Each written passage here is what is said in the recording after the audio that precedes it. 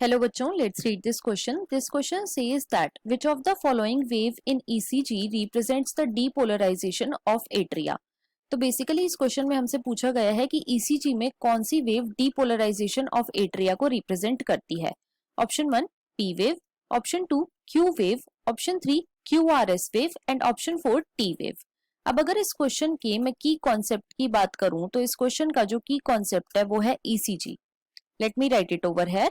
It is ECG. ECG की full form क्या होती है? तो बच्चों इसकी फुल फॉर्म होती है इलेक्ट्रो कार्डियोग्राम. राइट. और ये इलेक्ट्रोकार्डियोग्राम है क्या? तो बच्चों ये एक ग्राफिकल रिप्रेजेंटेशन है हार्ट की इलेक्ट्रिक एक्टिविटी का. So it is the graphical representation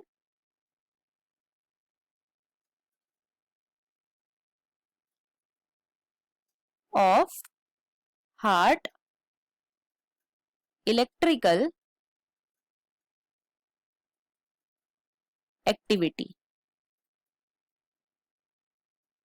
right. और जो ECG को रिकॉर्ड करने के लिए मशीन होती है उसे हम बोलते हैं electro cardiograph. It is the machine. अब देखो बच्चों यहाँ पे मशीन का नाम है इलेक्ट्रोकार्डियोग्राफ और जो ग्राफिकल रिप्रेजेंटेशन है उसे हम बोलते हैं इलेक्ट्रोकार्डियोग्राम. राइट. अब अगर मैं नॉर्मल पर्सन के ECG की बात करूं तो उसके अंदर बच्चों सबसे पहले होती है एक P वेव. राइट. और ये P वेव क्या रिप्रेजेंट करती है? It is the P wave और ये रिप्रेजेंट करती है depolarisation of atria. Depolarisation of atria. Right. और एट्रिया के डीपोलराइजेशन के बाद क्या होता है? तो इसके बाद होता है contraction of atria. Contraction of atria. Right. अब कॉन्ट्रैक्शन हो गया एट्रिया का तो ब्लड कहां पे जाएगा? तो वेंट्रिकल में जाएगा. तो जो नेक्स्ट वेव हमारी आएगी वो बच्चों होती है वेंट्रिकल की. और नेक्स्ट जो वेव आती है उसे हम बोलते हैं QRS complex. It is known as QRS complex. और ये QRS complex क्या रिप्रेजेंट करता है? तो ये रिप्रेजेंट करता है बच्चों depolarisation of ventricle. Depolarisation of ventricle. Depolarisation का मतलब क्या होता है? डीपोलराइजेशन का मतलब होता है सोडियम का इनफ्लक्स हो गया. अब वेंट्रिकल का डीपोलराइजेशन हुआ तो इसके बाद क्या होगा? वेंट्रिकल जो है वो कॉन्ट्रैक्ट करेंगी. Ventricle will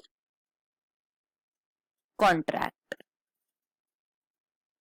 write. अब वेंट्रिकल का डीपोलराइजेशन हुआ है तो इसका रीपोलराइजेशन भी तो होगा. तो जो नेक्स्ट वेव हमें मिलती है बच्चों वो होती है T wave. It is the T wave. और ये क्या रिप्रेजेंट करती है? तो ये रिप्रेजेंट करती है repolarisation of ventricle. Repolarisation of ventricle.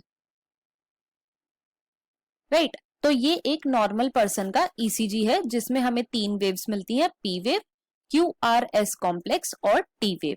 Right. अब देखो क्वेश्चन में हमसे क्या पूछा गया है? क्वेश्चन में हमसे पूछा गया है कि डीपोलराइजेशन ऑफ एट्रिया को कौन सी वेव रिप्रेजेंट करती है? तो बच्चों वो करती है P वेव. अब हम अपने ऑप्शंस को चेक कर लेते हैं. ऑप्शन 1 में हमें गिवन है P वेव जो कि बिल्कुल करेक्ट है. ऑप्शन 2 में हमें गिवन है Q वेव, ये इनकरेक्ट है. ऑप्शन 3 में हमें गिवन है QRS वेव, तो ये भी इनकरेक्ट है. क्यों? क्योंकि QRS किसको रिप्रेजेंट करती है? तो ये रिप्रेजेंट करती है डीपोलराइजेशन ऑफ वेंट्रिकल को. 4th में हमें गिवन है T वेव, ये भी इनकरेक्ट है. क्यों? क्योंकि T वेव क्या रिप्रेजेंट करती है? Repolarisation of ventricle. तो हमारा यहाँ पे जो करेक्ट ऑप्शन है वो है ऑप्शन नंबर 1.